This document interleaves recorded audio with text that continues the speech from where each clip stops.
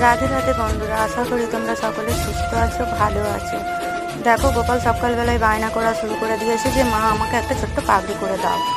সবার কি সুন্দর পাগড়ি আছে, নালে আমি কিন্তু খুব অত্যাচার করবো, আমার ভালো লাগছে না। দেখো, আমি বড় বাজারে যাই। আগে এখন অপারেশনের পরে শরীরটা খারাপ ছিল, এই 6 মাস হতে যায়। এবারে টুকটাক কাজ শুরু করব, সেলাই মেশিনে কাজ করি, তোমরা তো জানোই। দেখো, আমি এরকম গোপালের একটা সাধারণত যেটুখানি আমার কাছে আছে তাই দিয়ে একটা পাগড়ি বানানোর চেষ্টা করলাম। দেখো, দেখতে ভালো যদি হয়, তোমাদের পছন্দ যদি হয়, দয়া করে কমেন্ট করো। কমেন্টে অন্য কিছু না লিখে হরে কৃষ্ণ লিখলেই হবে।